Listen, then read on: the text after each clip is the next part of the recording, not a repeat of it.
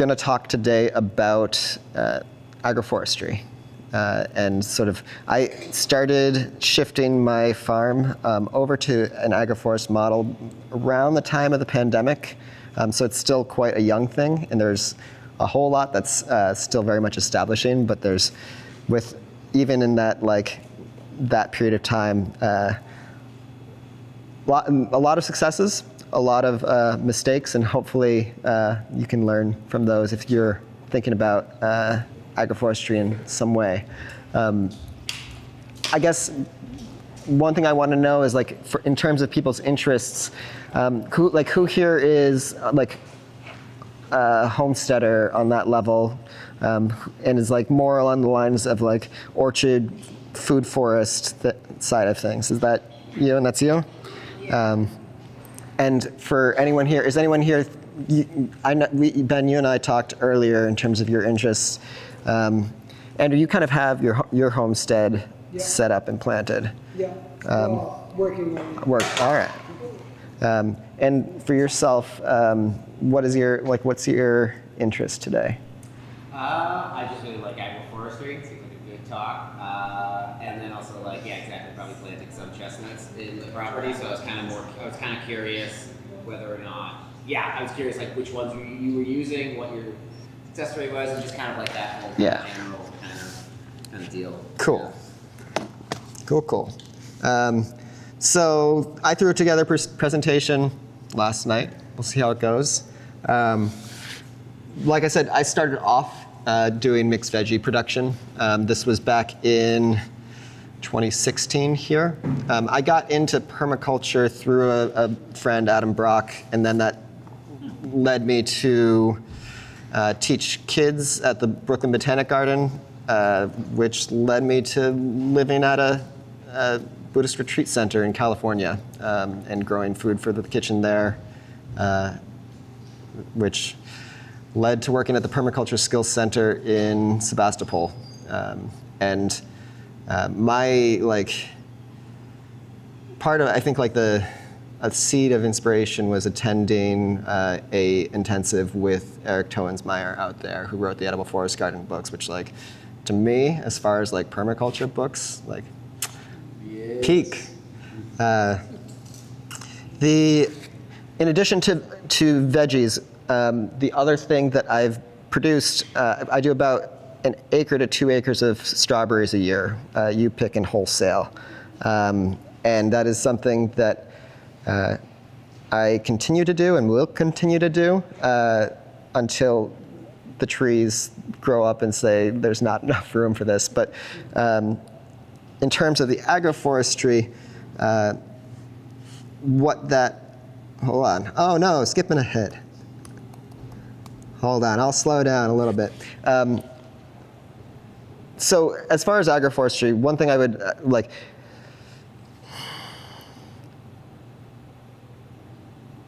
one thing that agroforestry allows is that while you're establishing your perennial crops, you have these alleyways. And for myself, what I've been doing is that's allowed me to do crop rotation between cover cropping and strawberries to keep ahead of plant disease and weed pressure, and move that around my field. In terms of crops that I've been shifting into, there's 6 acres of chestnuts, 2 acres of honeyberries, with some beach plums smattered in there. There is a block that's about 3/4 of an acre of kiwi berry and high bush blueberry with some rhubarb as well. An acre of heartnuts, and a smattering of other smaller plantings like hazelnuts, which is put in for the crop, but also as a windbreak, and we'll get into that when I talk about how things are laid out.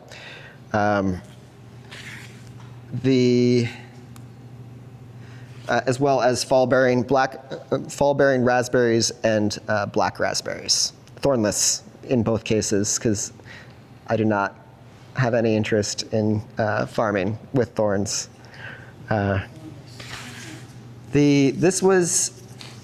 In addition, there's still some veggies that I do. I grow garlic for sale as well as growing seed garlic for Fedco. Thanks. Hey, German extra hardy. In addition to working the farm, I also work at Fedco as like the logistics coordinator and customer service rep for the organic supply, and do the soil interpretations that come into OGS. Which, if you don't know what Fedco is, it's a worker-owned seed, tree, and supply co-op. Do you say do the soil interpretations? Yeah, so like Fedco offers a service where people can they'll get their soil tested by University of Maine, and then when that comes in, I'm the one that looks at those and helps with recommendations on it. So this is a photo from last year of the heartnuts portion, like the oldest heartnuts that I have. You can see here, so in terms of spacing with the heartnuts, there's 40 foot across between the perennial rows. In this section, so that's 5 rows of strawberries. And this was done in, I want to say this photo is from late August, early September. One thing I've been experimenting with is growing my straw mulch in place in the pathways. So all that there is oat straw that's coming up. And when it gets to size, and in fall when it's time to put them to bed, cutting that down right in place on top of the strawberries. In my mind,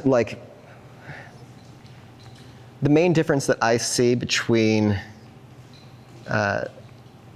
say, edible forest gardens and agroforestry, within edible forest gardens, there's this rich diversity. Everything's mixed in. You're planting in complex guilds.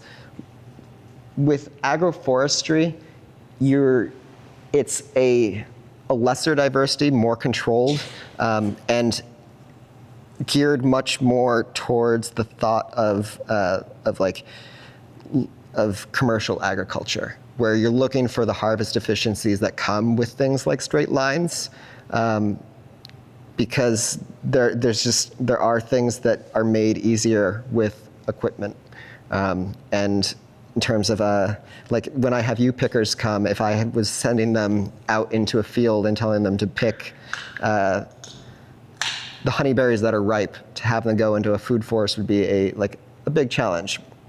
Whereas bringing them into a block that is, so for the heartnuts, it's heartnuts peaches, which are juglone resistant. Heartnuts are part of the walnut family. The idea here is, as those trees establish, they'll be picking peaches and heartnuts eventually. These heartnuts, they will span this whole 40-foot alley, and at that point, peaches being a less longer living tree will be succeeded out. So within agroforestry, you're still working with guilds. You're still trying to think about how to integrate things, but it is definitely less diverse than a food forest is, in my opinion. But that said, in this photo alone, there's peaches, there is strawberries, there's oats. I tried to undersow it with Dutch white clover, which didn't quite work out last year. So you're still looking at a diversity of species in there. But it is set up in a way for tractor cultivation. Yeah. Do you grow the oats for oats, or it's just for mulch?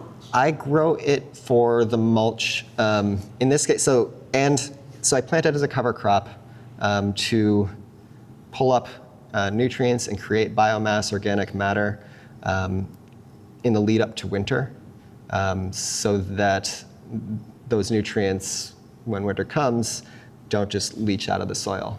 They stay there as that straw, and then that straw eventually degrades and builds the organic matter of the farm. If you were to allow something like an oat crop to go to seed, like there have been times where it's gotten to the milky oat stage, and I've invited people to come on to harvest them, and we harvest a little bit. I don't have the equipment or time right now to grow my own oats for oats, for like oat seed. There's the aspiration, and then one of the lessons I will impart today is not to take on too much. I feel like a lesson that I learned at the Permaculture Skills Center, it's like a 5-acre demonstration property in Sebastopol, California. It was kind of put in all at once, and it was myself full-time and another person part-time. Well, not even full-time. Well, full-time. And that was, it was a design that I feel like didn't consider the human labor element that goes into project. And I swore to myself that I would not make the same mistake when I did my own project. And lo and behold, I've planted out 15 acres, and there's things that succeed within that, and then there's like the stun methodology of sheer total utter neglect that just I don't actually like ascribe to that, but it happens. So I think that happens that happens in nature. Totally. Anyways. So it's like sometimes you get the volunteers are the best, like the strongest vegetables in your garden. But I do understand being like where it becomes stressful for me is like when you factor like. I differentiate in my mind the difference between homesteading and farming is the commercial element where you're selling stuff. And when you have that commercial element in there, it puts a different sort of stressor on you. Because, with homesteading stuff, you're still buying plants and you're still buying fertilizer, but your livelihood isn't dependent upon that. And when we think in permaculture in terms of flow, like energetic flows, cash flow is one of those flows that you need to consider. So when you're in terms of crop consideration, like what you're planting, like having an enterprise budget where you have a sense of like how much money it's going to cost to bring something like to its first harvest and afterwards, and having a sense of like how long will it be before the investment that I put in is like in the positive.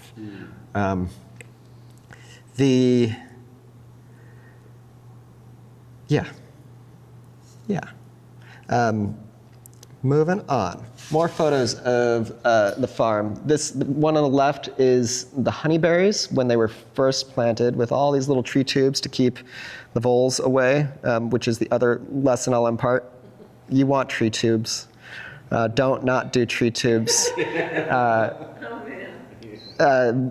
voles have been worse than the deer for me. Deer have been an issue, but voles in the winter worse. And I have lost more plants than I will mention due to voles. In part, it's all right because I do, like with Fedco, at the end of the season, workers get to take home free trees. And so there are a number of trees that I've lost that have been not an economic burden to me, but there's other ones where I'm like, where it does hurt a little bit. Now, is there like an age range where they're more apt to kind of like take them out? For voles, when they're young. Once when they're young saplings, that's when they're tasty to them. Okay. And then once they get to like a certain and with then they can't. it just becomes distasteful to them, and they won't go for it. With deer, like it's also at that young age where it's more impactful for them, because if you think about when deer go after your trees, they're taking a larger percentage when they browse than when they've grown up. These tubes are by this company called Sheltie, which I really I advocate for highly because they're modular. A lot of tree tubes that you'll get, they're like these 4-foot, 5-foot things.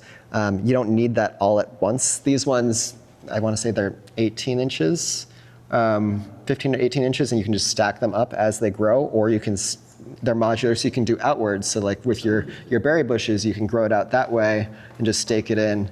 So you can still have that protection to them. Sheltie, like shell, and then just a T. Don't get the ones with holes. If you look into those, get the ones that are solid. Tree branches will grow through the ones with holes, and that's a mistake. But I've even, with these tree tubes, I've actually grown my chestnut seedlings in them. I put them in a bulb crate, so there's a base to them, and filled those with soil, and put the chestnuts at the top. They grew up, and when it came time to plant, like, you take out the thing, you plant your plant, and then you have your tube right with you. So you just put it right on the thing. It's a great system. Are you doing air pruning? That system is air pruned because they're on the crate and then put on like a pallet. Oh, okay. So they are yeah. on the ground. I've seen ones where they put them in the crate and they're like down on the ground. And I don't know that we'll get into it today because it's a more complex topic, but I did a USDA SARE grant looking at container depth with the chestnuts to see the difference in growth in the first year and establishment year.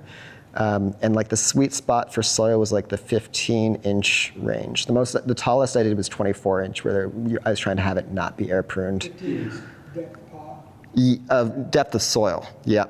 I did 6, 9, 12, 15, 18, and 24, I want to say. And what was interesting was the ones that had the lowest amount of soil. They grew the tallest in that first nursery year. In my mind, what I think was happening is they ran out of space in the soil, and so then they put on aerial growth. Whereas the 15, 18-inch ones, they had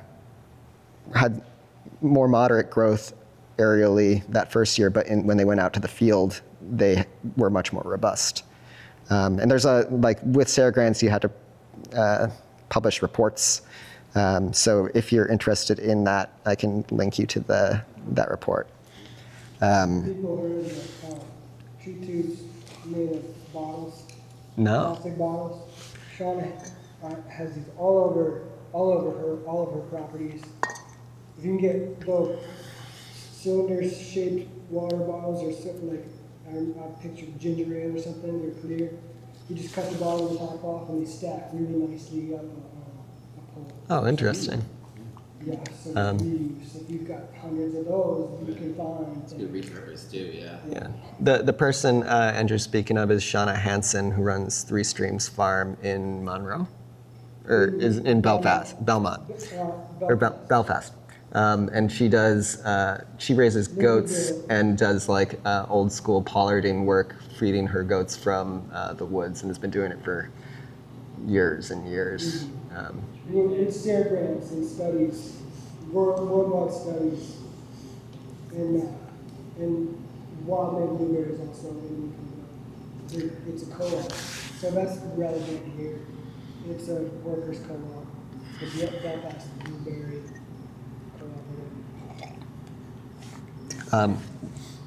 So this is an aerial view of the farm. The farm the property in total is 100 acres. There is 26 acres of field. I've planted out the front field, which is in terms of the planting, I've gotten like 13 acres planted.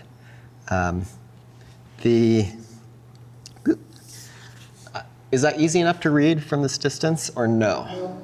Well, heck. Let's see if we can.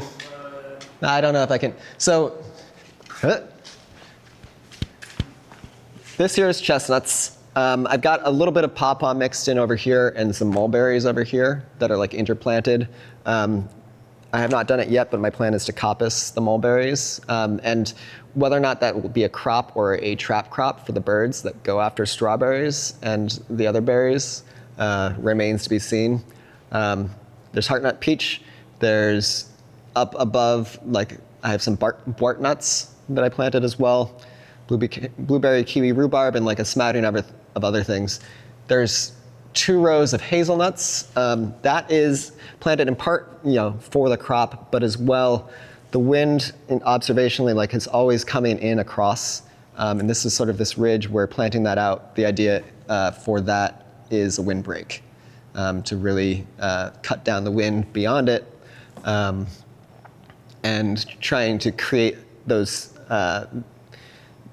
breaks so the wind just doesn't rip across, because when I was growing veggies with row cover or landscape fabric, heavy winds in the winter just like ripping, or in like spring just ripping that away, and like massing it into a tangle, less than ideal, and also less than ideal for plant growth. Up above in the way corner there is the fall-bearing raspberry plants. My ultimate goal is to be able to have you pick year-round and have people come to the farm and sort of see the agroforestry thing.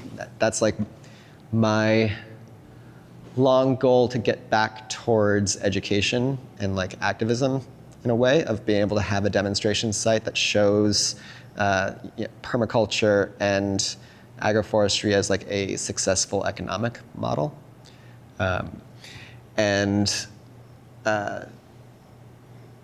Yeah, I think that's, does anyone have any questions off of that? Yeah.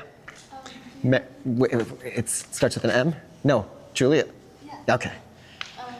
Do you mostly base your business off of you pick, or is it also like I do wholesale as well, and have a farm stand that we sell out of, a self-service one that I built in there's a cash box, but there's also a like front-facing square tab so people can check out with credit cards if they would like to.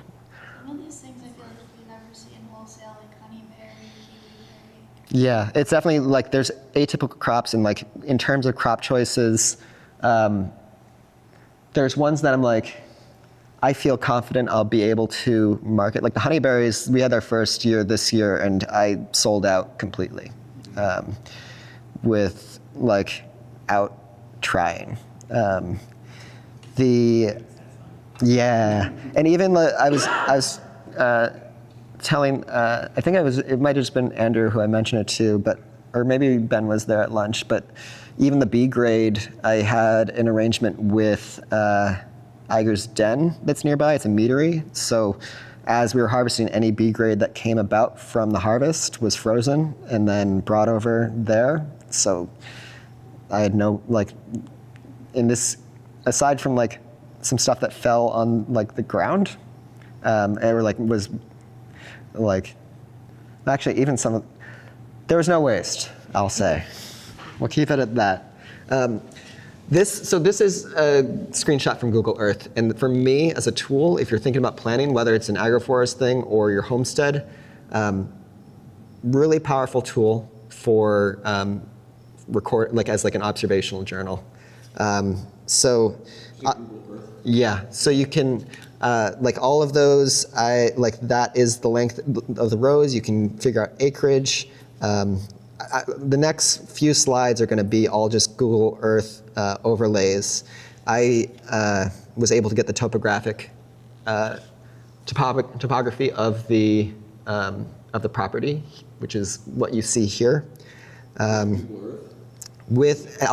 show you how I did that. You can get elevation profiles in that, but with the topography and the soil series, which will come up, I did a technique that you can bring in an image overlay into Google Earth and then lining it up and then tracing it out with the line tools that Google Earth has. I'll show you that in just a second. I'm not going to get into, there will be a couple times where I'll explain observations that I've made, but this is more just to show you a general sense of what's possible here. So in this case, this picture here, if you can see it, there's this band of fog and mist here. That area is the low spot right here of the property. So I was standing here taking a photo and just here's, I have found it helpful to have this to record that sort of information, see the patterns that are happening on this property, which I've been there 10 years, and I'm still young to it. But with that is I've been recording where there's wet areas in the field, where there's literal wetlands, where there's a spring that comes in the in the woods. And with this, as far as recording it, like I used Google My Tracks to basically, it's like a GPS where you walk, it records that. So I just followed the stream and then uploaded that data to get that into the map. And this one is the road pathways to the property. So all of that is where we travel with vehicles, existing roads that we're going through the woods, paths we've created. This is the irrigation map. I have switched my farm over from doing drip tape to overhead. This sort of overhead here, which what I really have appreciated in terms of the agroforestry like setup, predominantly all of my perennial rows are on 20-foot spacing. All the chestnuts, 20 feet apart. All of the kiwi berries, the honeyberries, they're 20 feet apart. The exception to that is the heartnuts, which are 40 feet apart because those trees each cost like $75 and money. But aside from wanting to get away from like excessive plastic use and waste, which is incredible on a farm, even a small farm, it's like discouraging how much trash you generate. With this sort of system, my overhead is in my perennial pathways. When I'm cultivating my strawberries, I don't nick any drip tape. It's not there to do. In the spring, I don't need to lay out new drip tape to get irrigation to my crops. It's just there in place, ready to go.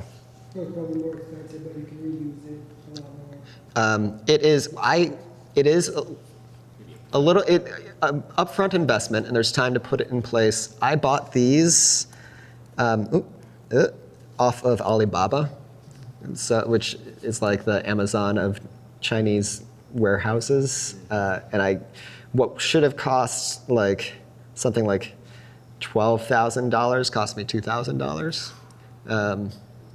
Yeah, and did you find that you're using more, or the track if you're using more water because it's being sprayed up? I think it does. I think there's more water use and more evaporation. If I was in California still, Yeah. I would be doing a different thing.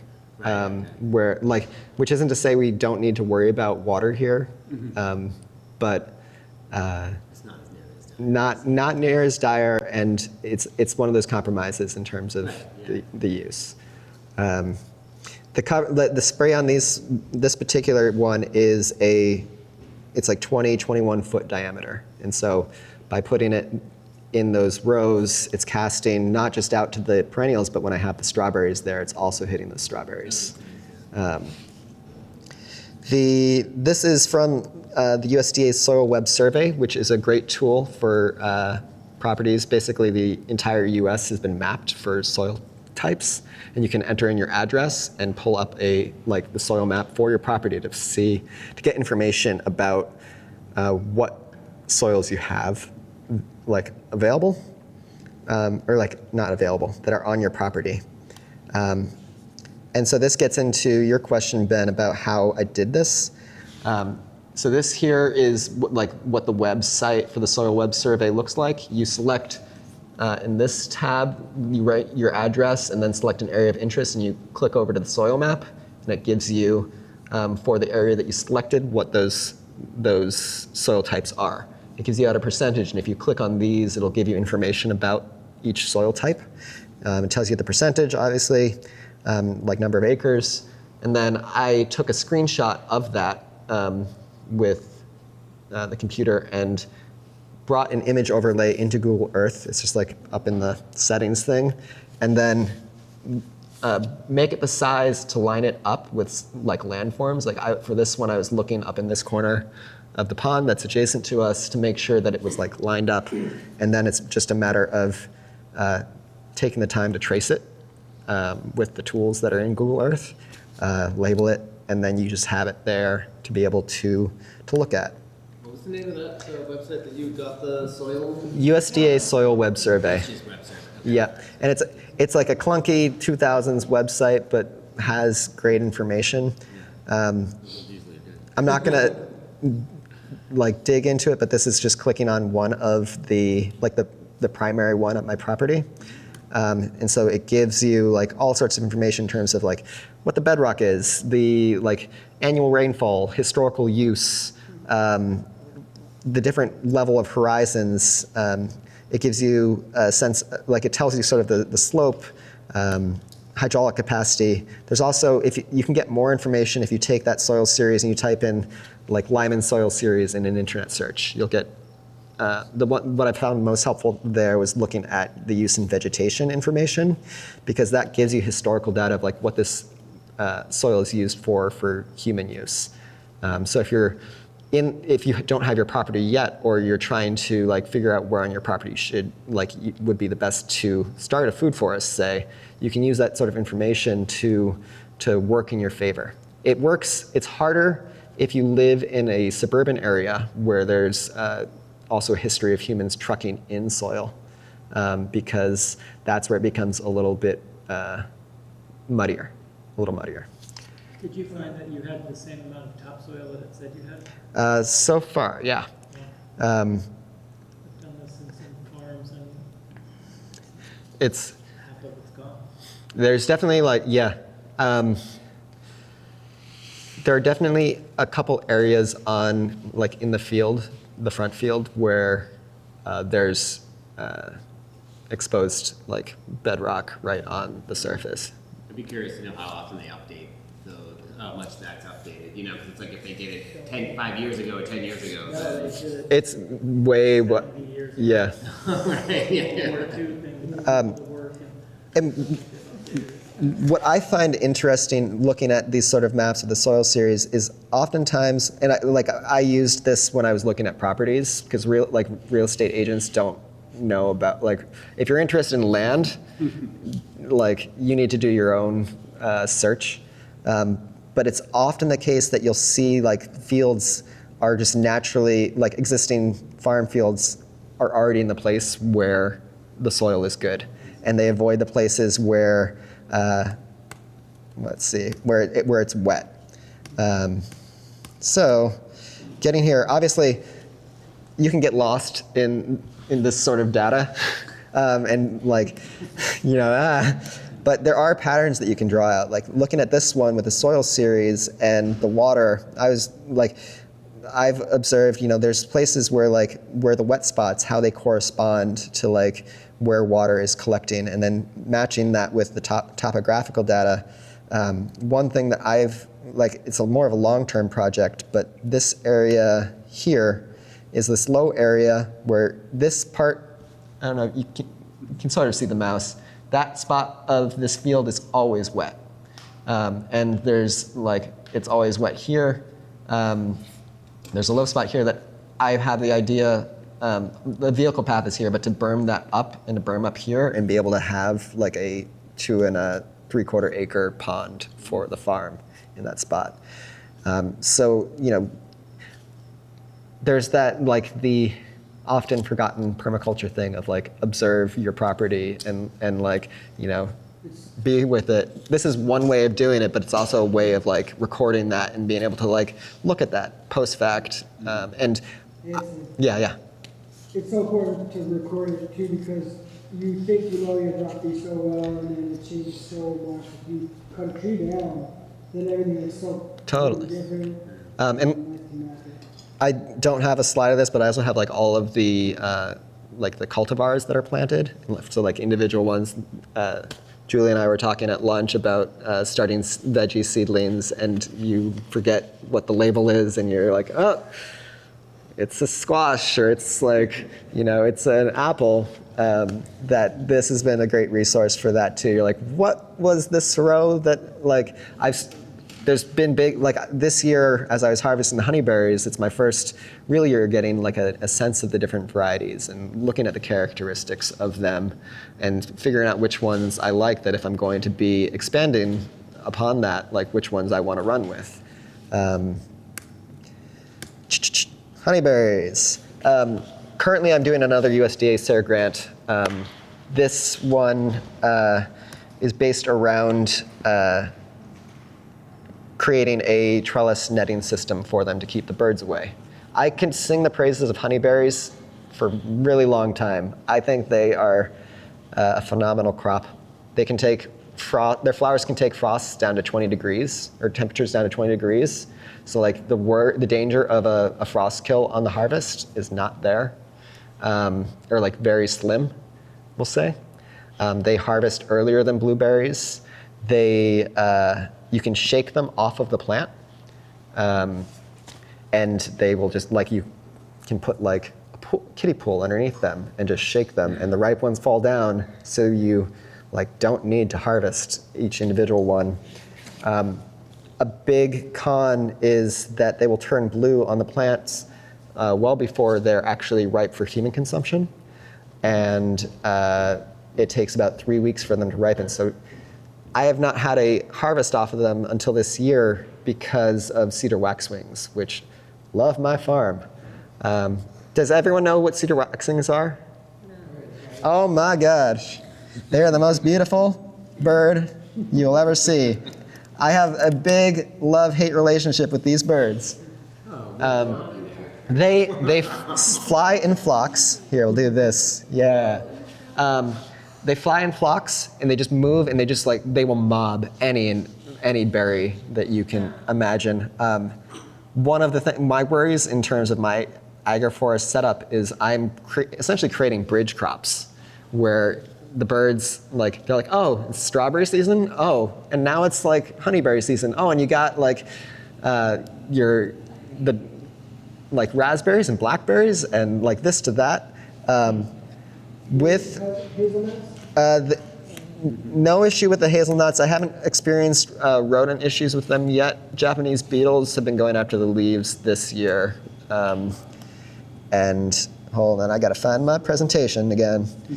So did you do this season, or you started? I started it last season. It was in place for this season, and have you found it to keep them away? Yeah. Okay. The idea with this was, essentially the idea of like setting up a zip line of sorts on cedar posts that are at each end of a row, with secondary posts that were T-posts out along it, that would basically create like a little covered area that would keep the netting off of the plants, preventing things from growing through and rubbing. Where does the net come from? So that netting came from, where did I get that one? A website, which if you ask Did me. it come with this diagram? This netting? What do you mean? That diagram, I drew that diagram on an iPad, yeah. That was part of like the SARE grant proposal, because you have to be like, this is what I want to do, and this is like, no, there's nothing like this, and give me money, and I will put this in place and test it out. So this is actually, I've been testing a lot of different materials combinations. This here, we'll talk about it in a little bit, but this is a 3D printed part. 3D printer is one of the tools that I use a bit on the farm.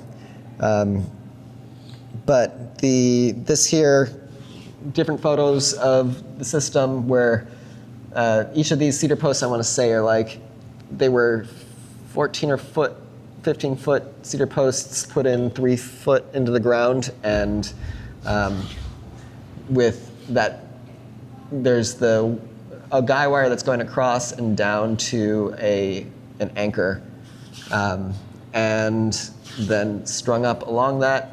This is one of the material combinations, which is these commercially available clamps that I modified to be able to accept a carabiner. And that is going through, on the other end, in different cases, PVC or EMT conduit, and bolted onto that, which is, I really like the carabiner style because you can take it on and take it off. My goal, the thing that I'm going to be testing out this winter, is whether or not I can wrap some netting around one of the end posts and secure it, and then just leave it there for winter. With this sort of style, one person can deploy this netting in like over the row and weight it down in like 5 to 10 minutes. There's blueberry operations they do like whole field setups that take 2 to 3 days of like a 4 to 5 person crew to put up in the spring and then to take down at the end of the season. So I'm looking for like an inexpensive way that one person can do the thing.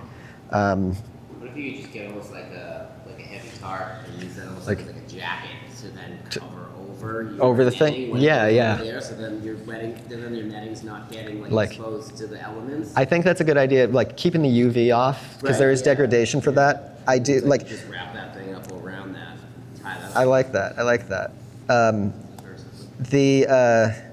I've definitely noticed things that I would change already. My rows are 200 feet, and I feel like with the weight of the netting, there's like a bow in it that I think having a post I'll probably put a post center ways to cut it into 100 feet and have 2 different lengths of netting. But it allowed us to get a crop. This one you can hardly see the netting because of how thin this is. This one was the lightest, but it's also the least durable. That white one is definitely more durable, less likely to rip. Ultimately, these honeyberries are still young. Each plant, I want to say it produced like 5 pounds per plant, and eventually there'll be 20 pounds per plant. I have 900 plants. It's 2 acres, but it's also, I have these double spaced. Typically the honeyberry plantings are 10-foot spacing. Mine are at 20-foot spacing for the alley crops that come with Agroforestry, so I can put the strawberries through. So in a way, it's like I planted an acre's worth, technically. Do you need male and female for this? You need, not male, female, but you need pollinizers with honeyberries that are blooming at the same time. And there are like bloom charts for that. The University of Saskatchewan released some new cultivars, the Boreal series, in recent years that of the ones that I have tasted, of the varieties I have like 14 different varieties. Those ones stand above in terms of flavor and yield. And so, like there's one, I think it's the bee, hold on.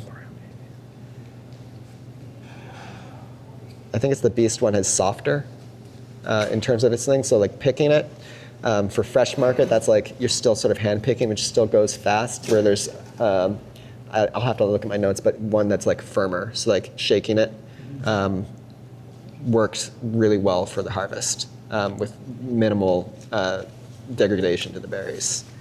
First variety, sorry? Beast.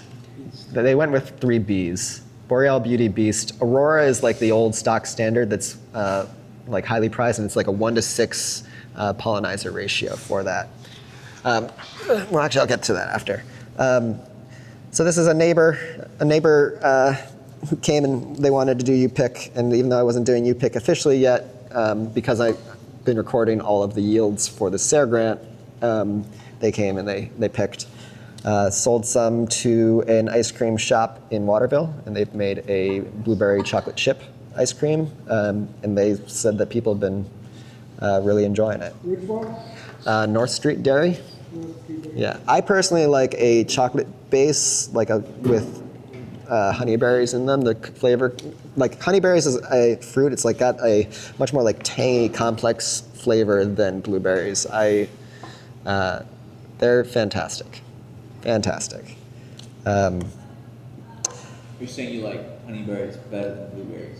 Oh yeah, I'll take honeyberries any day over, definitely over high bush, and probably over low bush too. Are they like sweeter? Like do they They- taste like they're- blueberries, but They are, I would say tangy might be the way to describe them. Yeah, I'll go with tangy. all right. If you eat honeyberries before that 3-week window, you'll be like, honeyberries don't taste good, they taste sour. You've eaten them too early.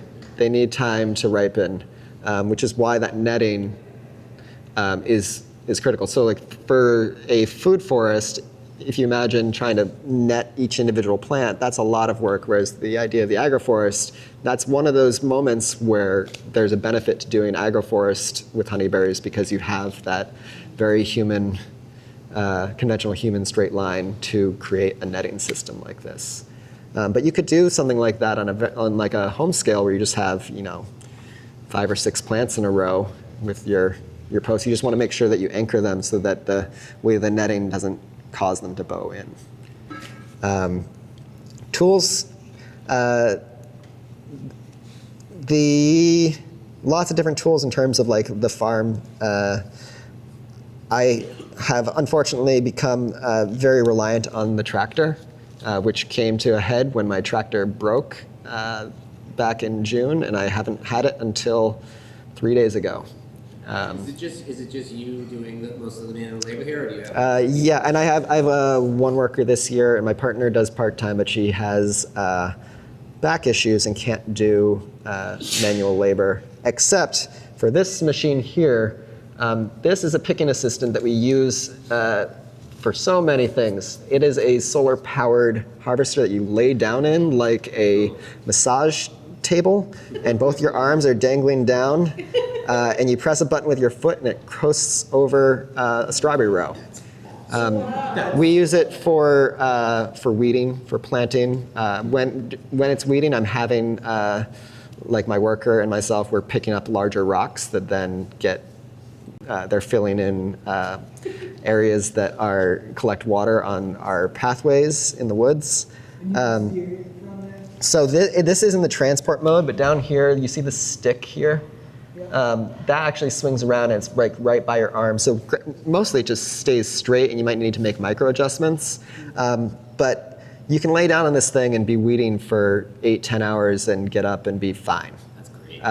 And like no back issues. You're in the shades, like even on these like hot summer days. I can pull up a, let me, I went to the beginning. Hold on a second. That's not supposed to be like that. I got to get back to this first and then I'll get to that. I'll pull up. Did you make that or did you buy it? I bought that. That thing is like one of those, I got mine used for like $4,000, $4,500. I have What is it called?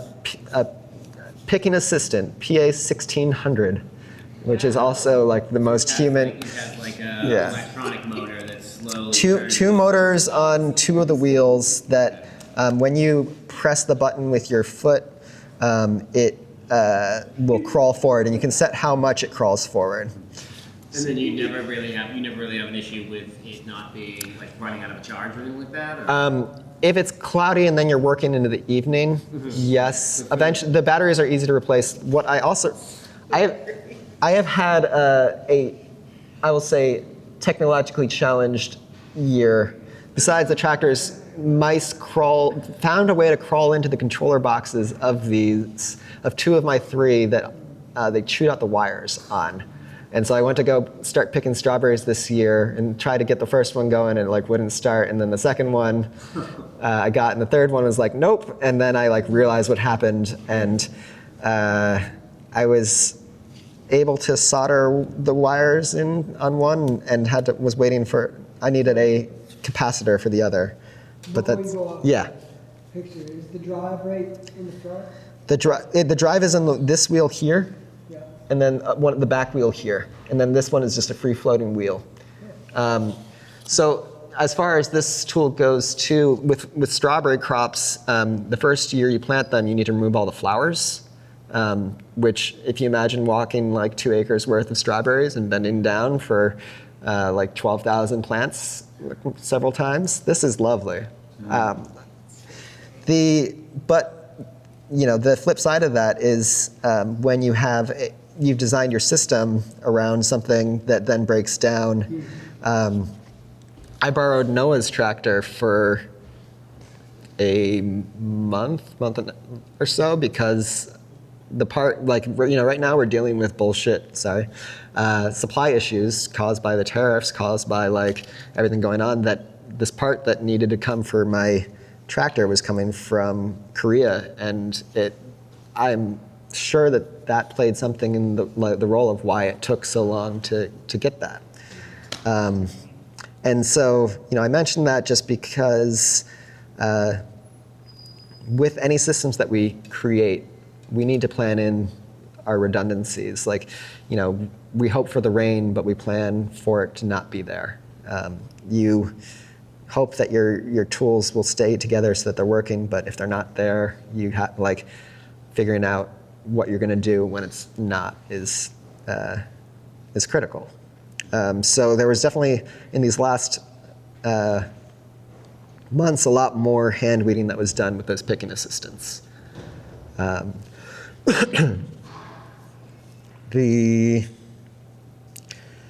going to pass on to this. The other thing that I rely on quite a bit is 3D printer. A lot of people make just junk with 3D printers, but I did a workshop that was organized by Bo, who now works for Mofga, that was training farmers how to use 3D printers for their operations, and I have I've run with it. So this is my honeyberry harvester that I made this year. It attaches onto a Sawzall blade bolted on, and then it just vibrates back and forth. I do have a video of that, which, since I'm connected to the internet, I'll show you in a moment. These are parts for the honeyberry project. One of the things that I noticed with my overhead is with that water, the movement of that thing tends to cause them to move around, and it was kind of digging into the dirt and loosening them up. So I made a stake where then it fits into there. So every one of my overheads has one of these, so it stays in place. And I use a zip tie that's made out of TPU for securing trees, T-posts. And then with my irrigation, this last month, I wanted to put the irrigation heads on top of the kiwiberry posts so that they would be able to cast above that canopy. But buying from Alibaba, everything was in metric. What we have available here for tubing to extend that is all in standard. So very quickly, I was able to create a barb that adapts. And I'll pass these around. I'll show you a quick video of. Is there like a resource or something where other people who are kind of doing farming, creating farm tools and kind of putting them over. There's one called Farm Hack. I haven't uploaded mine to that, but I should do that. There is, yeah. Yeah, but then there's there's such a helpful thing, Totally. I used to work at a metal fab shop, so I used to have a water jet. So it's being able to just be oh, we need that thing. Or this Exactly. And just being able to literally ideate it and get it built, as opposed to you were saying trying to have it ship it out, have it come from who knows where and take what Totally. time. And you can take other people's designs. So the barb part of that, I pulled the barb from someone else's design and then just manipulated it into that, changed the sizes on it. Farm Hack, and that's not just 3D printing stuff. That's a wealth of info. It's a nice that incorporated into farming things. It's and then the cost to share that with somebody is nothing. So What was the stake for again? The stake. So I was explaining irrigation system. I've been putting in overhead system, and that's on a fiberglass pole that's of a small diameter, and it's great because it casts a 40-foot ring around it for watering. Well, the stake that comes with it, it's in the ground, and the action of I'll show you another picture of the overhead, but the action of it caused it to rotate it, so it was loosening it up in the soil. So that allows me to I just hammer that in and stick that in, and that's solved my issue. This is the honeyberry harvest.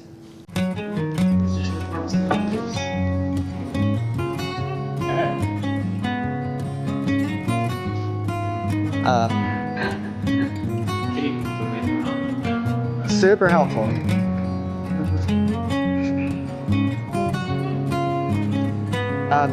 Definitely with the honeyberries, that drop definitely hurt the berries a little bit, but in terms of the speed and depending on the use, if the plan is to you can get a decent amount of A grade for fresh sale. Definitely better for the B grade, I'd say. Not B grade, but like for cooking. But super fast. And when it comes down to it, like if you think 900 plants to do that for 20 pounds each eventually, when they're in like, they form their hedge. Yeah. But also it's like you have like there's so many other things that you have to maintain and things like that. So Yeah. Being able to do that and save that much time is like just opens you up to being able to spend more time with something. Totally. And I lost the train of thought. Moving on to the new train of thought. The other thing that the agroforest model has like allowed me to do is spread pollinator habitat and like pollinator plants and pollinator habitat throughout the farm. For farmers, there's a part of the USDA called the NRCS, and they offer grants, like incentives for farmers to put in conservation practices. One of those is a pollinator habitat where you can like, they'll pay you a small amount to put in like an acre, but they want it in like a block, which it's great that they have that program, but in my mind, like I want that spread out throughout. So like this is All the different. exactly like so that they're integrated into the system as opposed to like relegated to this corner. And so it's going to be a work in progress for like years, but for like the honeyberries, for instance, when I put them in the ground, every sixth plant I let like space where it should go, I left blank, and I've been filling that in with various like perennial pollinator plants. So there's like, there's things like milkweed, and there's things like meadowsweet and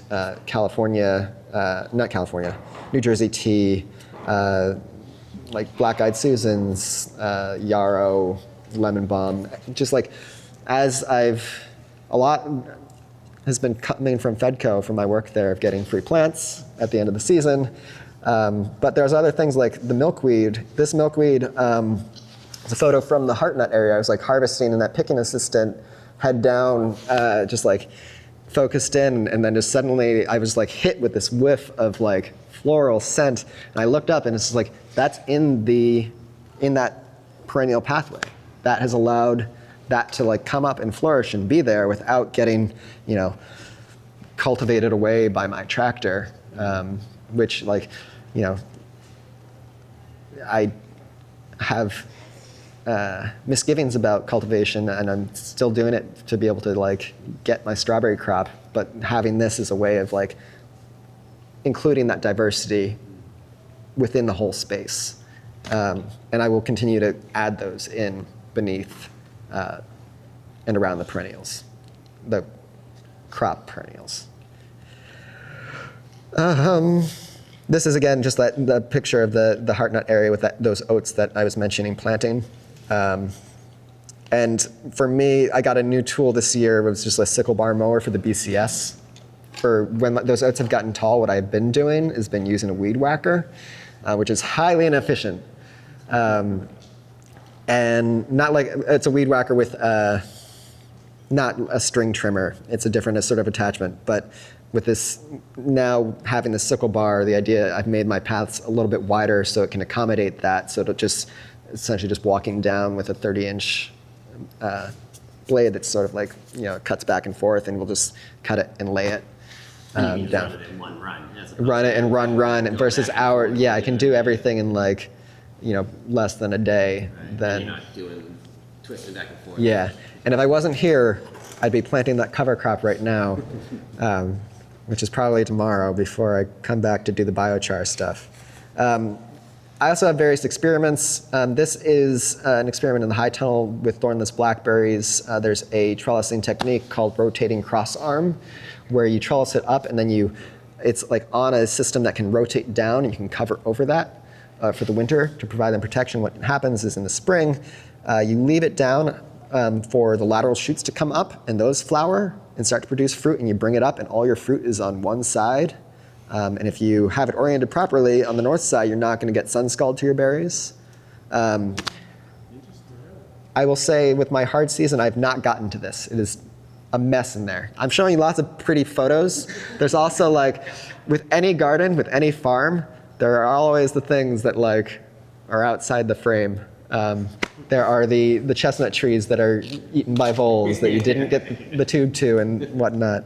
Nobody needs to know how to sausage. With the raspberries, with berries too, and this relates back to the honeyberry netting project, is I initially wrote it to also net raspberries and blackberries in the backfield for spotted winged Drosophila, which is a little tiny fruit fly that, unlike our typical fruit flies, this one, it's from Japan and has entered into the US and moved up from the mid-Atlantic and is in Maine now. It has an ovipositor that can lay eggs into soft fruits.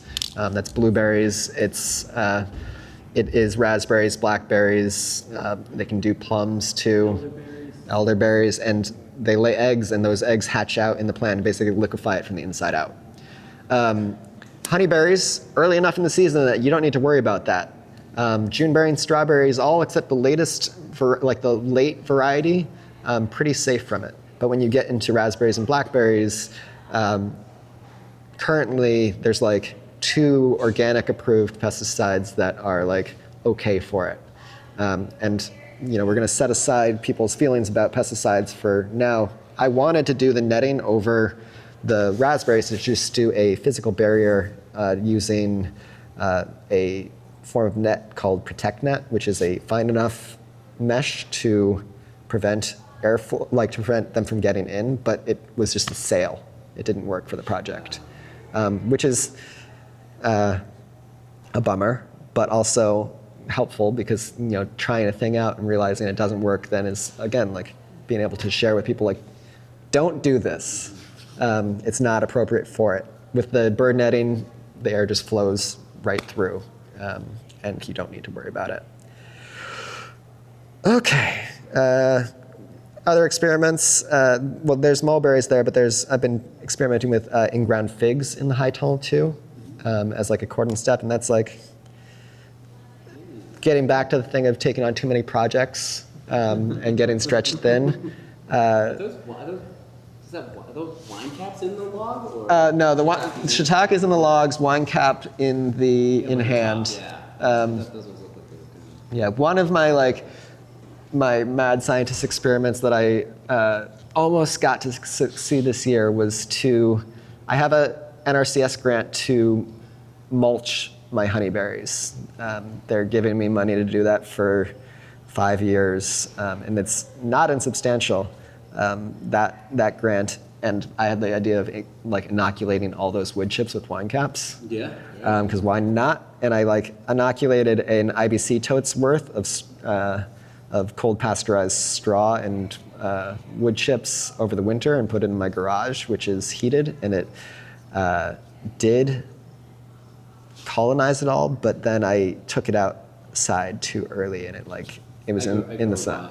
Mushrooms, so I've done the wine caps in like the beds. I do them in It's so good. in, like my garden bed. One thing that does help to get them to is to have some sort of almost like a drip line, or just some sort of water, or some sort of something that's down underneath the straw to keep itself. So Okay. it keeps that and Moist? And it lets the rest of them just keep going. And since I've done that, I've gotten so many more flushes. Whereas before, I was kind of only getting like one in the fall, I like one in the spring, kind of like one in the fall, like you would normally. But doing interesting. Years have you been doing it? at the place that I'm at now, I've only been there for like a year and a half. So I built it out when I first started it. So it's like, so the bed itself is on its second full year. Yeah. So- I'm interested in more longevity. I got 3 years out of but I added wood chips, but not irrigation, and then it just disappeared. Yeah, sometimes with the wood chips, it has to be like you gotta be careful of where you're getting the wood chips. Like they gotta be all like pretty much like kind of like hardwood. Yeah. So sometimes it takes a little bit more to get into there. Because I've done it with straw, and then I just kind of like you just kind of keep feeding the straw on top of it, and that works. And then I did the same thing where I did the wood chip bed. And the wood chip bed took a while, and I didn't think it was doing anything. And then like I looked at it like like a month or two ago, and I'm like digging down there, and I can see that it is starting to get in there. So it's kind of just, I think it just takes a little bit longer. I wish I could get the actives like Azure's. Pardon? I wish I could get the actives like Azure SEs. They're wood people growing in wood chip beds. Oh, cool. I don't know if they can do this one. Yeah, I'm not sure. I'm not familiar with them now. For what it's worth, too, like I've gotten sawdust from a cabinet maker they're working with hardwoods, and I've cold pasteurized that and got good success in that. It's like ready to eat hardwood, fast inoculation. This is just a slide of various like biological stuff that I've been experimenting with. You have your typical like compost tea sort of thing, and this is mycelial from network from Winecap. Tomorrow with Scotty, we're going to be doing a biochar demonstration. He has a homemade one, and I have a Kontiki kiln that I picked up in Ithaca last fall. This is Chlorella vulgaris, which is a type of algae that what's his name? Dr. White has been doing research on rhizophagy, and like plants basically like they are like eating the algae and bringing in bacteria into their bodies. And there's a lot of research showing like improved plant growth and yield working with Chlorella vulgaris.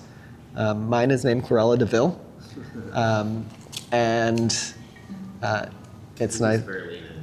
Yeah, it's similar. Yeah, and it's the same sort of similar. Salts and things like that. Yeah, that you to feed it and keep it going as a culture.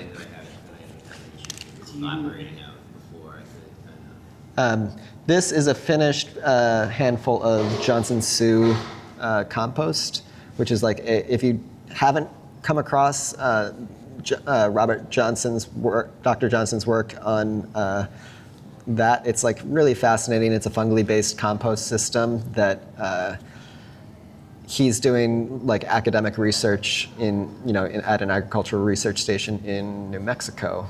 I want to say University of Chico. Fungally based, so like a lot of the compost that we make are bacterially based, and there's a lot of evidence showing the power of fungally based composts, and the results of that he and his team have been seeing of just applying just that as a biological and its effect on plant growth, but as well as decrease in like nitrogen phosphorus application like needed to like achieve that growth is pretty staggering. And there's some good examples on YouTube of farmers, of like big scale farmers, like thousands of acres, applying it for their cattle production, like their feed for them. I want to say it's like, I don't want to speak offhand. It's like Red Angus something. He has like a YouTube thing, and like he's like talks about basically like almost eliminating his nitrogen and phosphorus application. The name of the business is Red Angus. I want to say it's Red Angus. Young Red Angus is what it is. What was the question? Are they spreading it as a tea or as a What he's doing is applying it to the seed just before they sow out the seed, and he's gotten the most success out of doing that. Inoculating the seed. Inoculating the seed, and then and that being highly effective. As in the seeds of crops. Yep.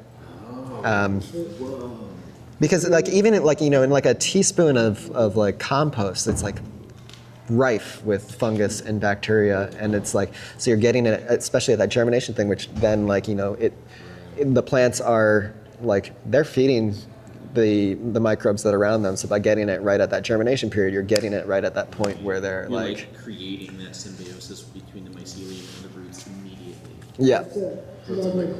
Berries into inoculating wood chips with wine cap, or use your wood, your spent mushroom logs for like culture or something. Because you're like getting that right There's in. also people that are doing a bunch of stuff with like spent mushroom substrate, like the spent mushroom blocks. If you grow mushrooms, or people who grow mushrooms, it's a common thing where for people who grow mushrooms, they end up with all these blocks, and they're trying to put it on Facebook to get rid of them and stuff like that. But if you do compost or anything like that, you know that that's actually like really, the thing that you're good material for compost. So there's a lot of people.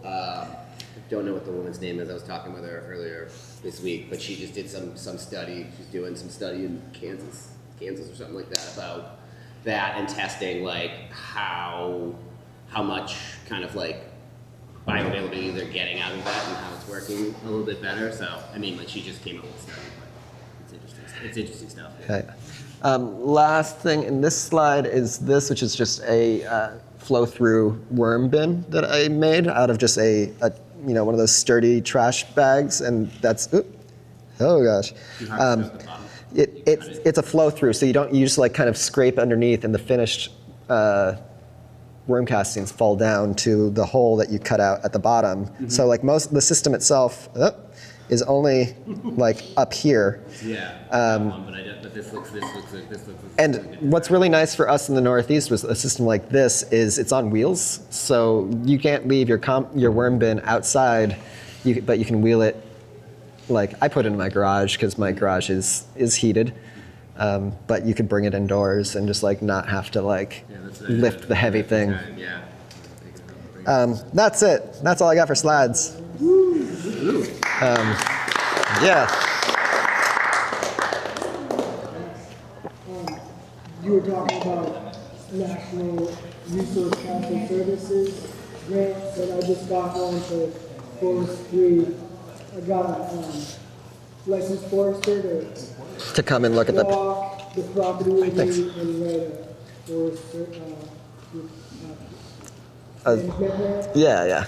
And he had the soil maps, and I've seen my soil maps, but he had like a way to interpret them for me. Like within the. Property. Oh, interesting. What was it different than what you saw in the in like on the soil web survey, or was it just that he was able to like describe it in a way that made Yeah. it relevant? Yeah, and he had examples of like, this is a better place to grow this. I got a grant, I've got a grant proposal that I just wrote earlier this week. It was due today. I got it in on time. For his Forest Service management plan for objectives of road improvement down into the property and wildlife planting in the forest and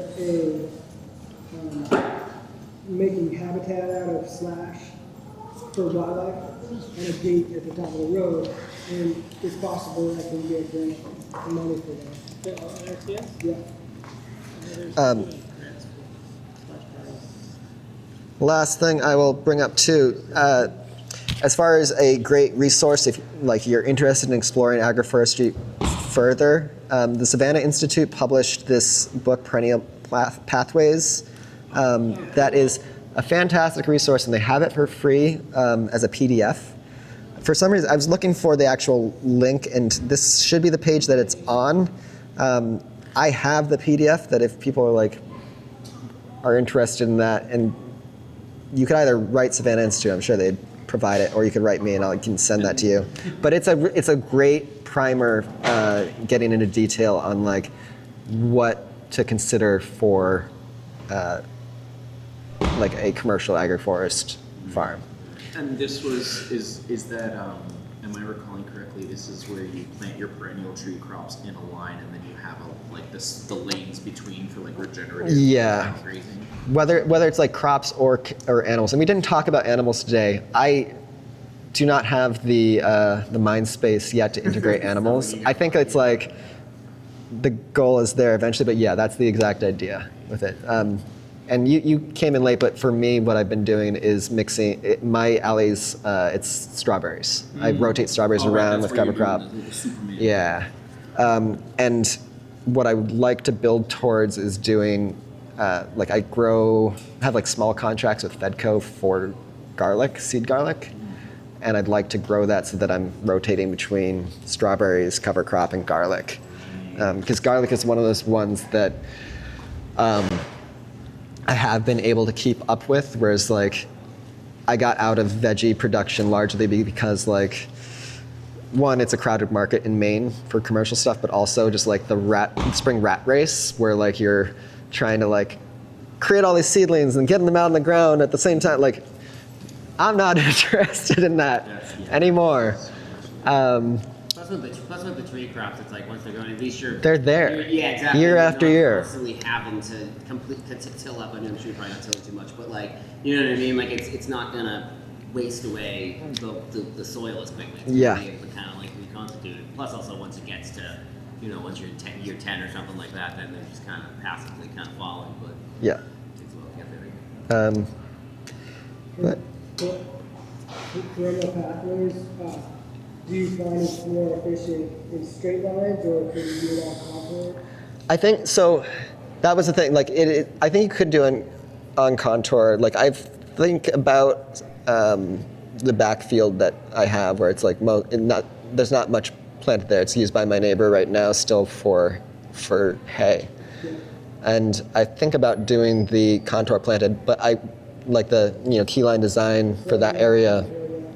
But I wouldn't do that for honeyberries, for instance, because of like what I see as the need to net them and the system that I've developed for that. Whereas I could see it doing that for something like chestnuts, where it is still, with a tractor, when you have equipment, you can do like gradual turns and have like not worry about the equipment behind you.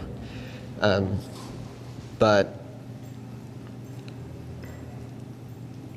yes, I'd say, yeah, you could, and people do plant on contour. You see Mark Shepard's layout? That's wild. Definitely Are you getting did you get the pawpaws and the chestnuts? Did you get those from Fedco, or were you getting them from Michigan where people grew? So in terms of chestnut seed, Route 9 Cooperative is where I got my seed from. Route 9 Cooperative, 9. And And those are chestnuts, or are they? They're Chinese. Are they a Jacobin mix, or Are they? like a Jacob? Like I know. They're Chinese chestnut. They are. Yeah, yeah. Chinese. There are other sources for for that, there's Perfect Circle Farm, Buzz Fervor out in Vermont, but it's not like there's an economic incentive in terms of purchasing seed from a place like Route 9 Cooperative. Like, it's not that expensive to buy the seed and start out a farm versus like buying trees. Right. But Buzz does a great job with he does grafting of nut trees, which is a challenging one to succeed at. There's also other nurseries, Grimo Nut. That's where I've gotten all my heartnuts. They're up in Canada. I don't know if the current tariff trade war is going to affect things. My honeyberries came from a nursery in Canada called the Vegeta Lab. Honeyberries have a much larger presence in Canada than they do here. Yeah, Ben. Can I get his email from that one? Oh, heck yeah. And yeah, don't hesitate to write if you have questions or want to bounce ideas off. I love this stuff, and I will totally nerd out.